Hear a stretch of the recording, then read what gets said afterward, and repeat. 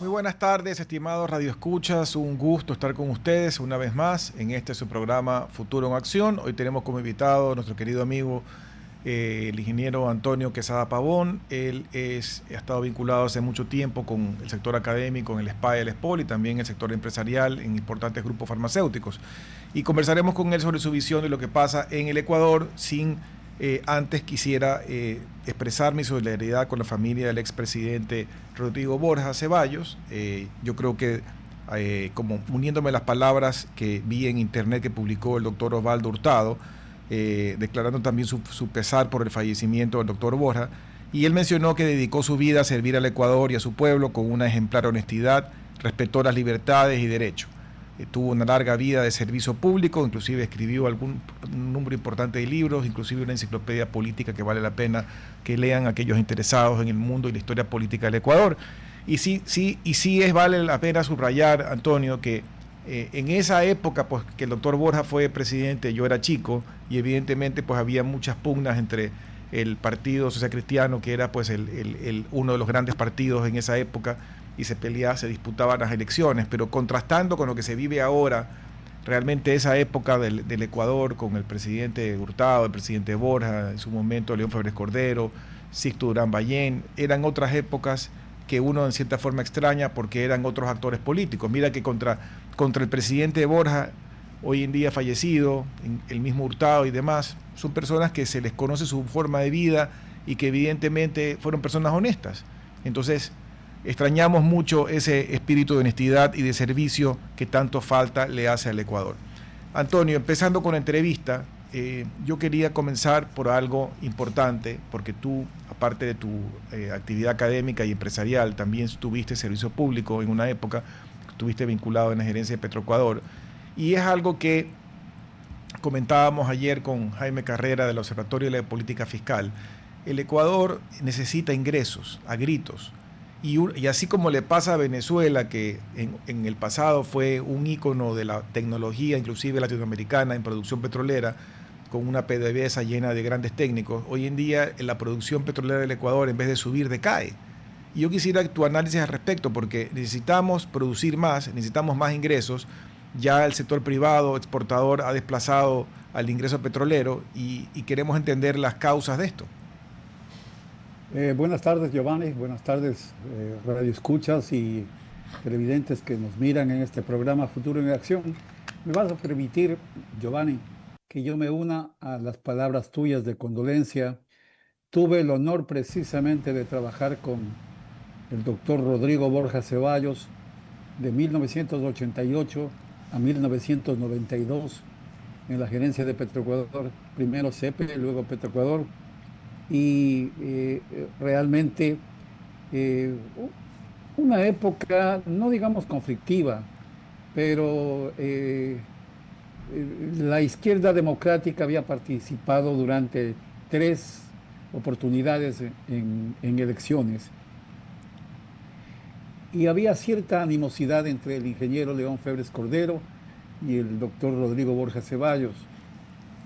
Eh, a tal punto que la transmisión de mando no la hizo realmente el ingeniero León Febres Cordero. Sin embargo, fue un gobierno en el cual no hubo los sobresaltos que tenemos últimamente, que hemos tenido, yo diría, desde hace 15 años, ¿no? Y esos sobresaltos se da fundamentalmente porque no ha habido liderazgo político. Yo creo que los dos ya en paz descanse, León Férez Cordero y Rodrigo Borja Ceballos, en su estilo, tenían un fuerte liderazgo político. Yo tuve el honor de trabajar para él, un ejemplo de honestidad. Realmente era obsesionado con la honestidad. Había que venderle los proyectos muy, muy concienzudamente porque tenía realmente un cuidado muy alto sobre la forma de manejar los fondos fiscales. Bien, eh, miremos lo que ha sucedido. Y me voy a referir a lo que ahora aplaudimos de que solo vamos a pagar 220 millones de dólares a Chevron y de los 3.200 millones o 2.200 millones que nos pedían. ¿Desde cuándo somos petroleros?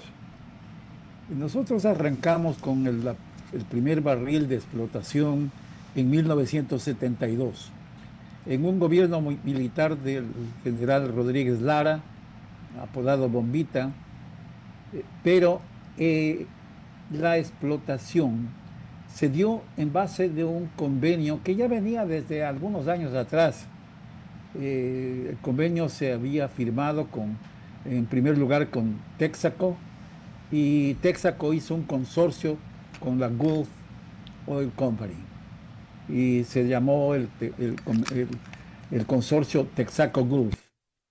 ¿En qué consistía este convenio? Realmente el convenio era un contrato de operación en el cual se pagaba un fee de operación, que era un porcentaje bastante alto para el operador y yo diría menos que modesto para el país, para el Ecuador. 1972 arranca, pero realmente la exploración y explotación petrolera arrancó unos 3 o 4 años antes. Y ya cuando se tuvo, bueno, en la Amazonía ecuatoriana teníamos más o menos certeza de que había petróleo desde los años 45, 46 y 47. De hecho, Shell Mera se denomina así porque la Shell Oil Company de Holanda empezó a perforar en la zona donde está Shell Mera. Perforación que dio resultados positivos. Sin embargo, al finalizar la Segunda Guerra Mundial, ya no era necesario esa fuente de abastecimiento de combustible. Y se paralizaron, por ponerlo de la mejor manera, la explotación petrolera para el Ecuador, manteniendo indudablemente los muy antiguos campos de la península, Ancón, que eran unos campos relativamente modestos, con una producción baja de 800 barriles diarios por día, que realmente no era significativa. El Ecuador hasta 1972 importaba combustibles y importaba petróleo, de cierta forma para su única refinería, que era la refinería de Ancón, de la península de Santa Elena. ¿Ahí estaba en Ancón o Bien, en La Libertad? ¿O la Libertad es en La posterior? Libertad, bueno, la refinería se la ve desde La Libertad, pero los campos petroleros están en Ancón, ¿no? Ok, Y es la zona petrolera que estaba manejada por la Anglo Ecuadorian Oil Fields, correcto. compañía inglesa que la operó durante muchísimos años. Eh, el ser petrolero cambió la vida radicalmente en el Ecuador. Y las expectativas del gobierno militar del general Rodríguez Lara, pues fueron muy fácilmente superadas. El petróleo llegó a ser la primera fuente de ingresos que cambió totalmente el presupuesto fiscal nacional. Y eso provocó una, un cambio en el nivel de vida, el encarar proyectos que no se hubieran dado de otra manera, como el de tener la refinería estatal de Esmeraldas, cuya construcción se inició poco después de 1972, una refinería de mediana conversión. Eh, en el argot petrolero se conoce normalmente que por cada $5 de ingreso que tengas como productor petrolero, deberías reinvertir 3. Y ese es, como dicen los americanos, the rule of thumb, la regla del dedo gordo. Es una regla precisa que significa que si tú quieres mantener una vida petrolera saludable y creciente, de cada $5 debes invertir 3. Eso es prácticamente que el 66% de los ingresos petroleros tienen que dedicarse a prospección, a exploración y evidentemente a todo lo que se llama midstream, mejoramiento de los oleoductos, perdón, mejoramiento y digitalización de los campos petroleros y sobre todo trabajar mucho en la refinación, que es el downstream. Pero esa El río regla de abajo. oro que tú mencionas no se ha cumplido. O sea, esa regla de oro sobre la inversión Ahí viene el permanente. problema. El problema es que en el Ecuador no hemos tenido disciplina fiscal y el petrolerismo nos quitó de un tajo la poca disciplina fiscal que teníamos. Recuerda, bueno, tú eras muy, no, no creo que nacías en el 72 todavía, Giovanni, o sí, Sí, claro, ya estaba vivito. ya está vivito, bueno, pero eras muy muchacho, me imagino. Claro, pelado. Hasta el año 72 el Ecuador era un país bastante pueblerino, ¿no? El nivel de vida ecuatoriano estaba realmente muy atrasado con los países desarrollados y aún con nuestros países vecinos, con Colombia y Perú. Venezuela en ese momento era casi un país primermundista, ¿no? Igual que la Argentina y evidentemente por su tamaño Brasil. El Ecuador cambió de fisonomía y la falta de disciplina fiscal hizo que todos los ingresos petroleros fluyan hacia qué? Hacia algo que nos ha caído, yo no diría como un cáncer, yo creo que es un virus pernicioso, el populismo. Y el populismo se alimenta precisamente por la riqueza que puede tener un país y la repartición de bienes y servicios, derechos, sin obligaciones, que son a costa del presupuesto nacional. Y es muy fácil gastar la plata sin control. Ese problema hizo que la antigua CEPE, Corporación Ecuatoriana Petrolera, mantenga un esquema que fue de largo plazo con el consorcio Texaco Gulf. Evidentemente, para la Texaco, eh, era interesante invertir en tanto y cuanto ellos podían generar rentabilidad para su negocio, pero realmente no tenían una motivación muy grande de inversión en exploración y producción, porque veían que su contrato tenía un límite. Y claro, cuando nosotros regresamos a la vida democrática con Jaime Roldós y el mencionado Osvaldo Hurtado en el año 77-78, eh, los, los inversionistas petroleros vieron que en el país había lo que nos ha acontecido desde el punto de vista político, el efecto péndulo, que tú vas de un lado en el cual podría hablarse de que hay muchas garantías para inversión y te vas al otro lado donde tienes profunda gestión populista en la cual el Estado quiere ser el papá, ¿no? Y ese vaivén lleva a que el inversionista y el petrolero, las grandes compañías petroleras, no son perita en dulce, ¿no? O sea, son compañías que tienen muchos años de experiencia en esto de lidiar con gobiernos volátiles. El consorcio Texaco Gulf terminó precisamente por la valentía de el doctor Rodrigo Borja Ceballos.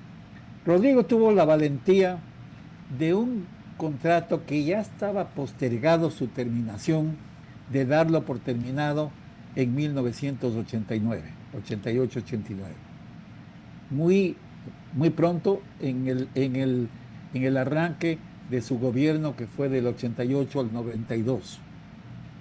Y claro, sin ser para Texaco Gulf el más grande negocio petrolero fuera de los Estados Unidos o en el mundo, sí era el más rentable. Y a la Texaco Gulf no le interesaba salir del Ecuador. Realmente nuestro gobierno, y digo nuestro gobierno porque estuve los 4 años con Rodrigo Borja, nuestro gobierno se caracterizó por tomar decisiones y por aguantar las decisiones. En esa época nos dijeron de todo, ¿no? Lo primero que nos dijeron fue comunistas, porque nos estábamos echando a una compañía americana como Texaco Gulf. Y los abogados, lamentablemente, los abogados quiteños de los estudios famosos, eh, trataron de sabotear al inicio del gobierno de Rodrigo Borja.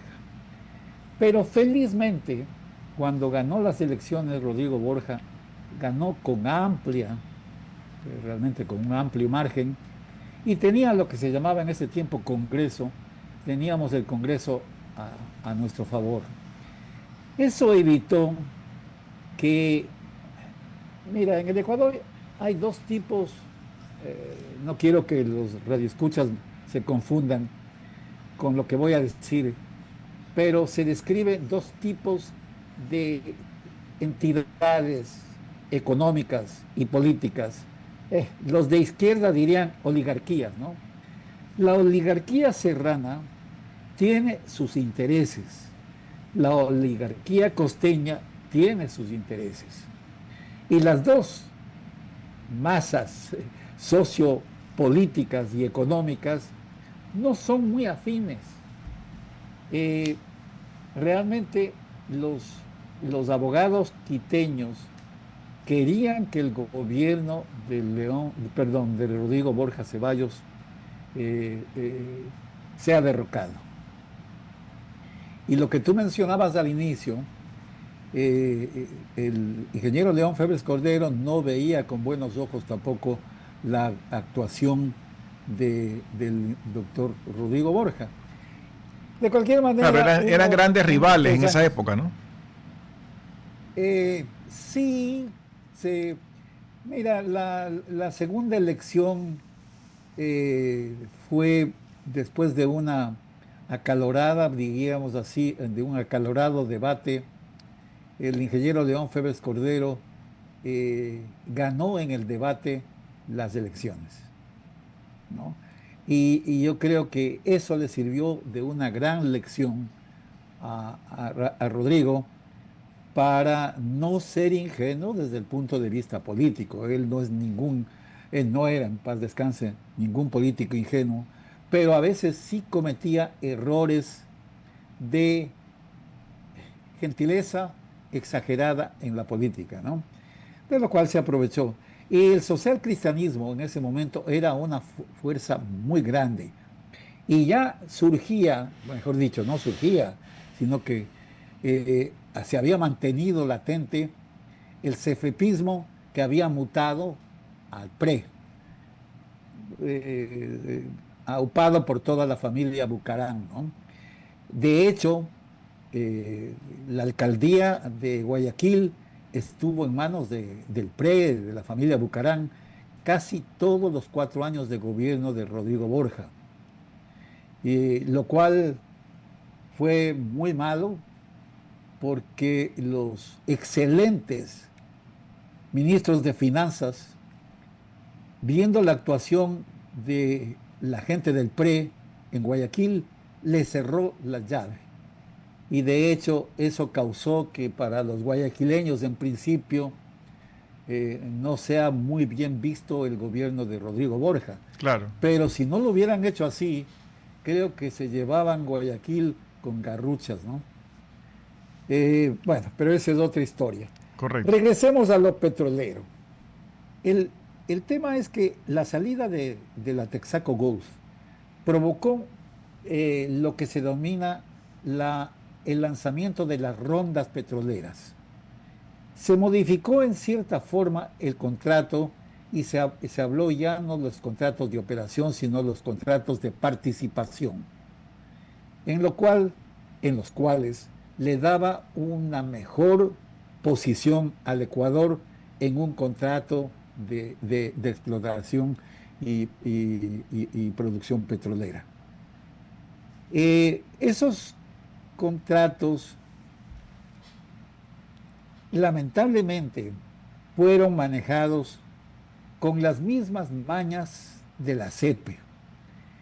Tengo que hacer un paréntesis. Se le convenció, el ministro de Energía y Minas era el ingeniero Diego Tamariz. Y nosotros junto con un grupo de profesionales, de los cuales encabezaba el grupo el ingeniero Luis Román, habíamos diseñado una estrategia en la cual la CEPE ya no funcionaba. Y se le presentó al presidente Borja la posibilidad de cambiar de una entidad sumamente estatal a un híbrido que tenga más injerencia privada. Y eso era Petroecuador. Realmente yo no quiero Pero poner parecería que mi adjetivo. tampoco funcionó así. Mira, es que el problema que tuvimos ahí era que a Rodrigo Borja la palabra privatización le causaba, como dicen los serranos, Salpullido. decimos los serranos, irisipela. Ya. No, se enronchaba, no, no. O sea, y hubo que cambiar realmente lo que nosotros teníamos originalmente como idea, que a propósito, lo primero era cambiar la ley de Petroecuador, ¿no? La ley Claro, de de petróleo. hidrocarburos, ¿no? Y con la mayoría en el Congreso pudo lograrse el cambio de la ley de hidrocarburos. La creación de Petroecuador en principio funcionó y no era mala. Lo malo era que teníamos la misma gente corrupta que había manejado CEPE. Diferente, digamos, Y la misma gente con diferente nombre. Pero ahí yo te hago exactamente. una Bueno, interrupción, nosotros hicimos te hago una depuración. te hago Perdón, un sí, paréntesis allí, porque sí. si tú hablas de ese modelo, y te pregunto, ¿acaso no es lo que hizo Colombia con Ecopetrol, que creó una empresa mixta, público-privada, que inclusive generó acciones que se vendieron en el mercado nacional e internacional? Pero la intención, entiendo, en Colombia es esa, que tuviera evidente que el Estado no pierda su propiedad, mantiene sus acciones, pero la administración se manejaría como una empresa corporativa multinacional, generando inclusive capital abierto para que vengan inversionistas externos e internos. Esa no era la intención. Por supuesto. O sea, nosotros tomamos el ejemplo que había generado Ecopetrol. Lo que no nos dimos cuenta, y ya lo estamos viviendo terriblemente, es que el país en esa época, en los años 88, 92, tenía muy baja credibilidad institucional.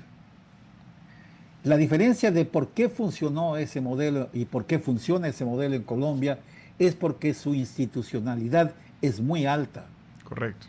De tal manera que la credibilidad en el Poder Judicial, en las instituciones de control, en la seriedad de los contratos, Correcto. ¿no? Pues permitió que el gobierno, no recuerdo cuál fue el gobierno que lo hizo, creo que fue el gobierno, bueno, no recuerdo, pudo Tampoco tener recuerdo. el respaldo popular para hacer ese gran cambio, ¿no? Y eso atrajo inversiones como la de British Oil Petroleum. La producción colombiana estaba declinando y la British Petroleum Company regresó a explorar y encontró lo de Barranca Bermeja, Correcto. ¿no? En el Ecuador no nos dimos cuenta, y eso hay que aceptarlo, no nos dimos cuenta que teníamos tan bajo nivel de institucionalidad. El país, y estoy hablando de casi 40, más de 40 años atrás, ¿no? El país carecía realmente de una institucionalidad sólida que permita que Petroecuador pueda respaldarse en esa institucionalidad. Y evidentemente teníamos que pelear contra las pirañas y buitres petroleros. que no querían que el status quo cambie, porque se beneficiaban de eso, ¿no? Y mira, estamos viendo ahora lo mismo, lo mismo, con ciertos agravantes, ¿no? Yo creo que algunos gobiernos, el de Rodrigo Borja principalmente, no tanto el de Jaime Roldós, y sí el de León Febres Cordero, se preocuparon que los técnicos de mejor calidad manejen sus empresas estatales, especialmente las empresas energéticas, hidrocarburos y electricidad.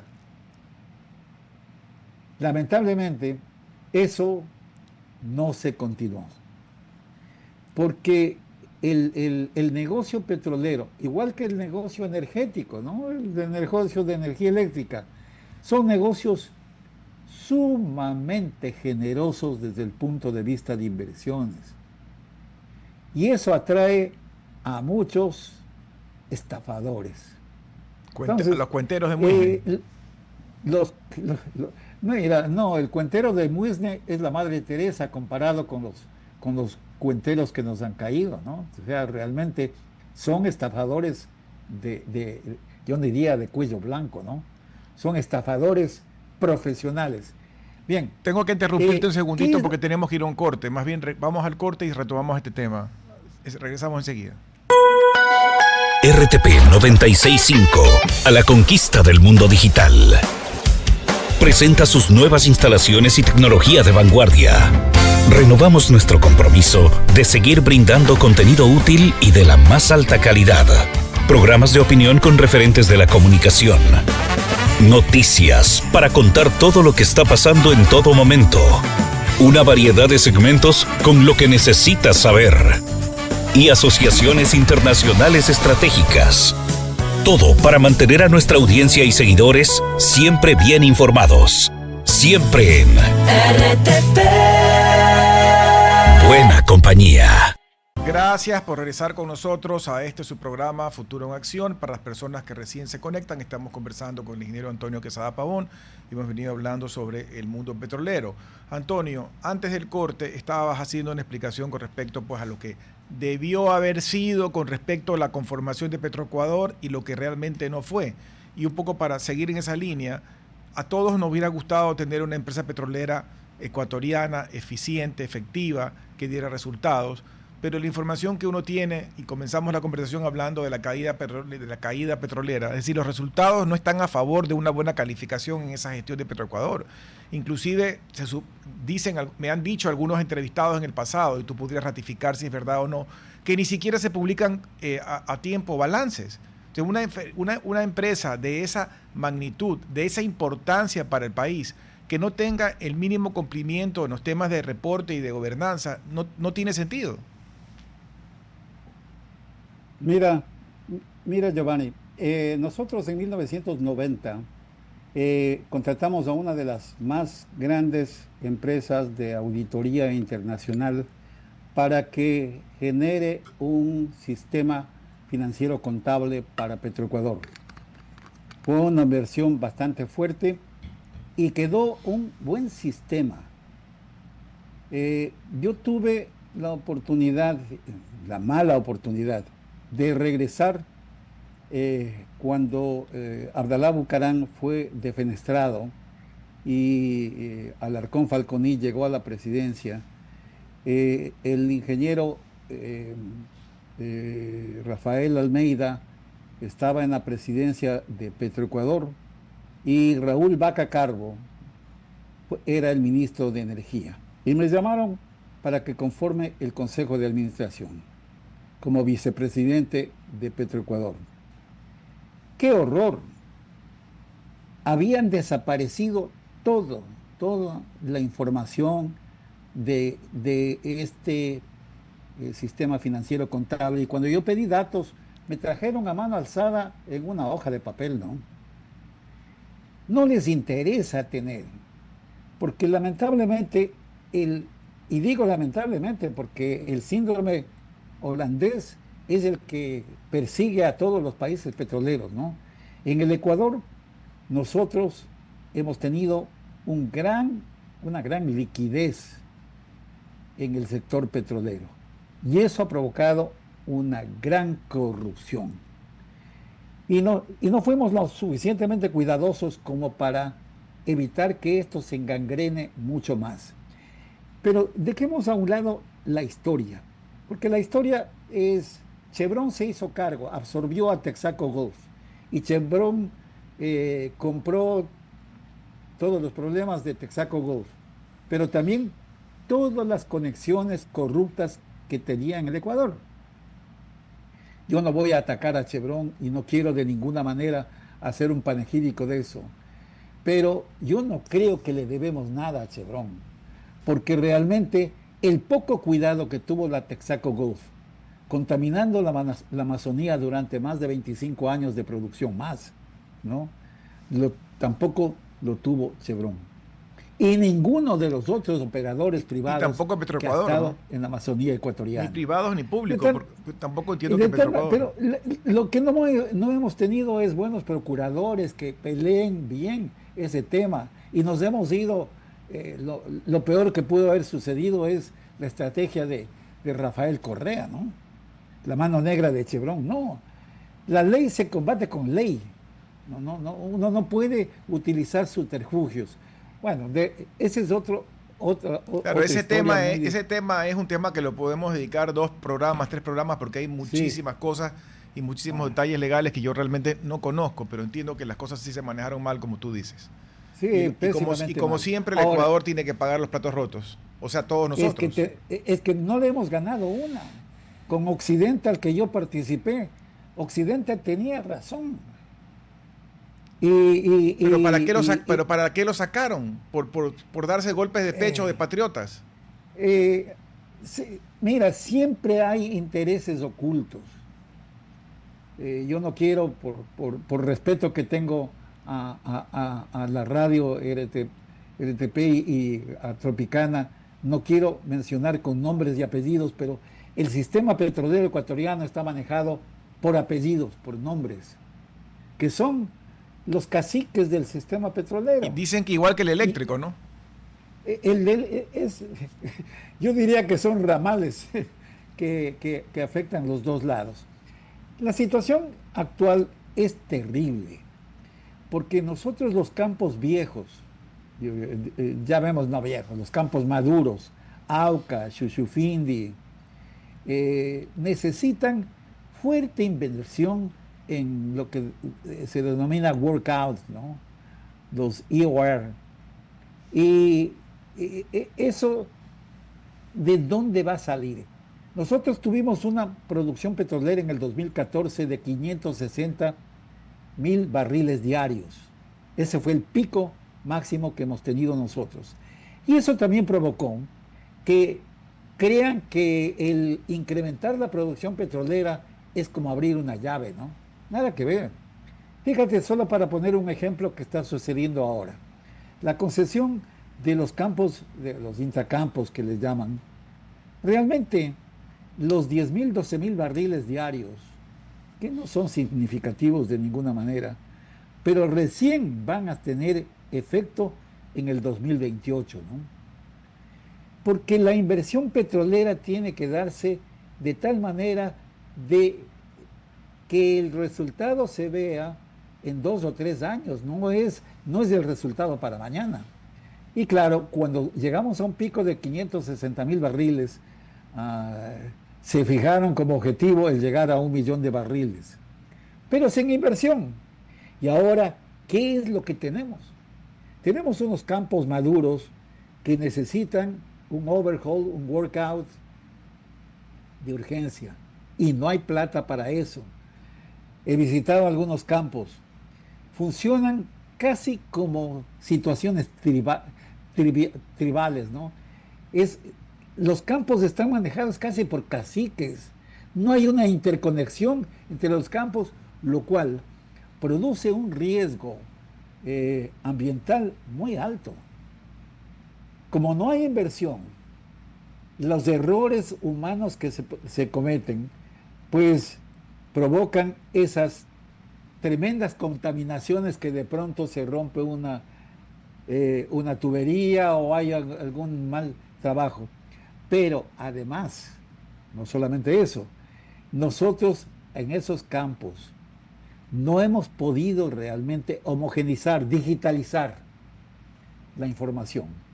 Entonces estamos trabajando a ciegas y trabajar a ciegas provoca que cada cual haga lo que mejor puede, ¿no? Ahora, no solamente es la producción está declinando, estamos en 360.000 barriles ahora. Así es. Y claro, la expectativa ya un poco conservadora era llegar a 500.000 barriles, nada que ver, ¿no? O sea, de 360.000 barriles sin inversión. Y encima fuimos tan torpes de aceptar, eh, ¿no? La decisión, no, de llevar a una consulta popular lo del Yasuní ITT. Y los 55, 60.000 barriles, que no solamente es el impacto de los 60.000 barriles diarios de producción, el impacto es que hay que desmantelar eso, ¿no? Y eso ya era una producción existente. Bueno, yo creo que nosotros nos encanta el suicidio, ¿no? Pero tenemos otros problemas más graves todavía. Se terminó el contrato del OCP, del oleoducto de crudos pesados. El contrato del OCP, que era una empresa, es una empresa privada, tenía que terminarse algún día, ¿no?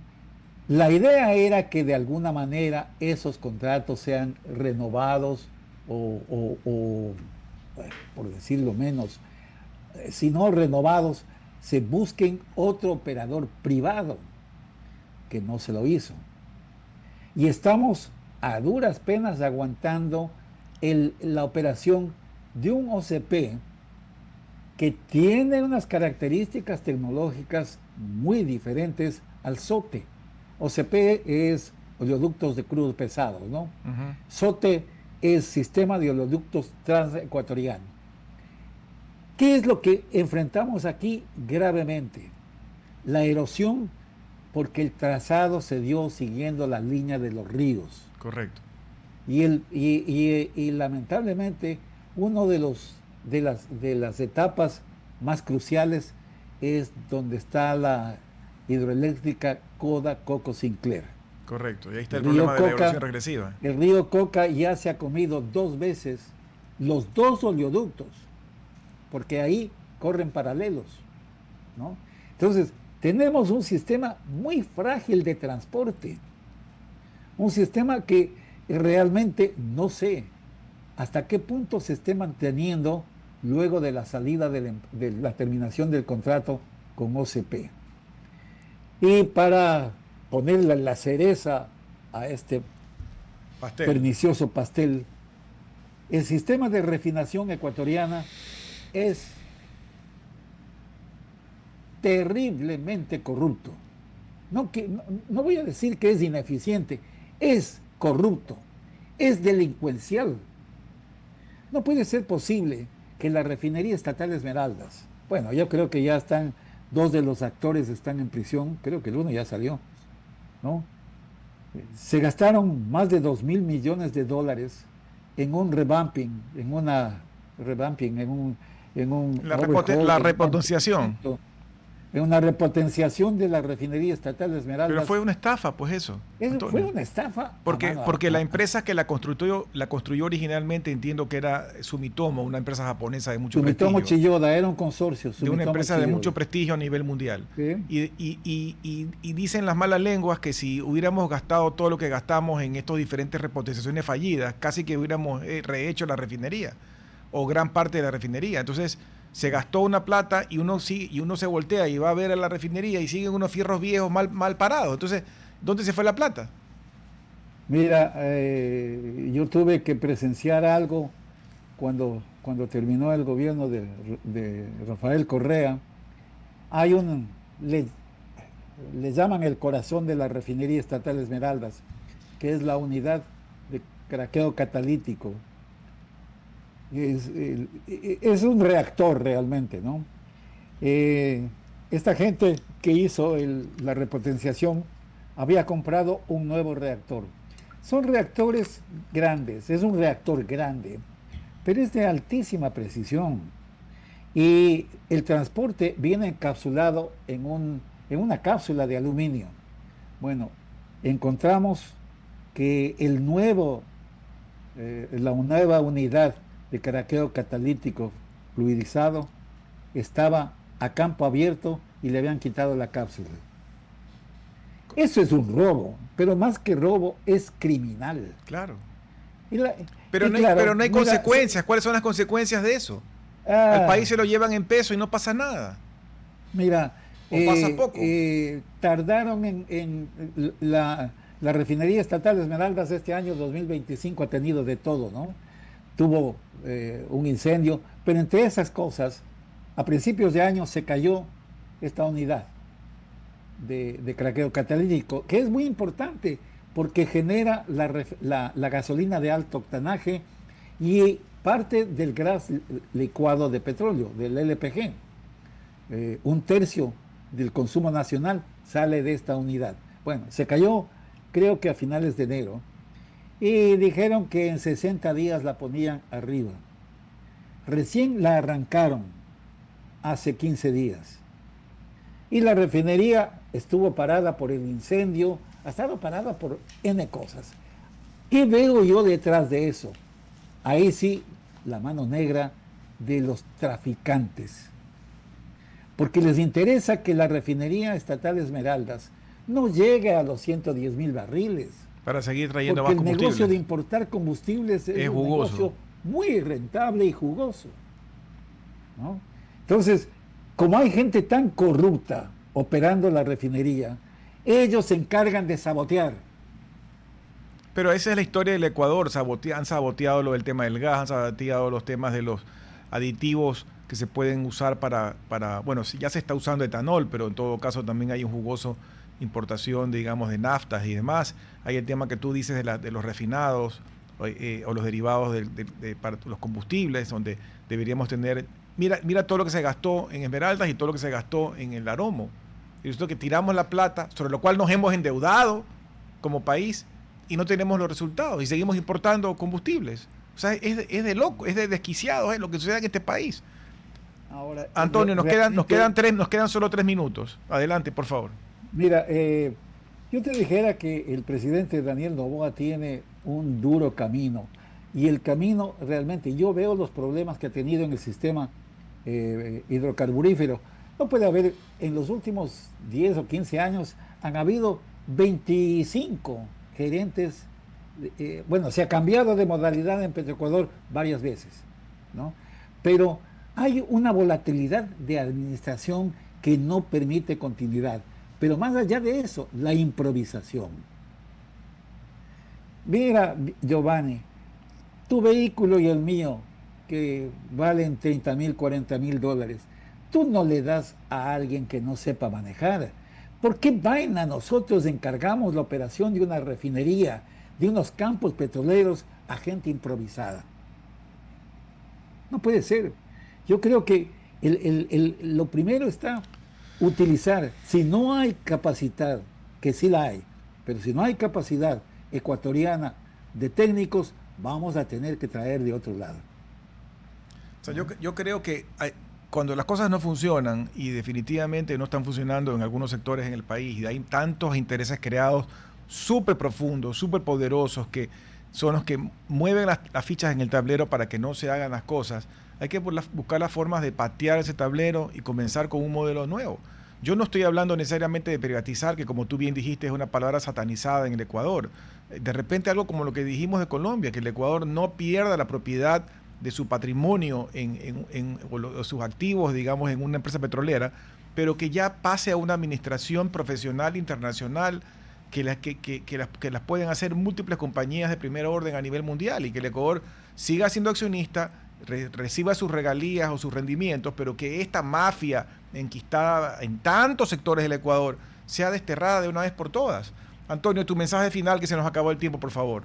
Bueno, yo creo que la obligación primordial de este gobierno y cualquier gobierno que siga es recabar y recobrar nuevamente la credibilidad institucional. Nosotros no vamos a traer a los mejores exponentes de inversión internacional al Ecuador mientras no tengamos una sólida institución. No puede ser posible solamente 30 segundos. Perú, con la volatilidad política que tiene, pero recibe 6.000 millones de dólares en inversión. Y nosotros casi nada. Creo que 200 o 370. Antonio, se nos acabó el tiempo. Gracias por dedicarnos esta hora. Aprovecho para desearte feliz Navidad para ti y tu familia. Y también un caluroso abrazo para todos los radioescuchas. Que tengan una buena tarde. Hasta el próximo día lunes. Gracias.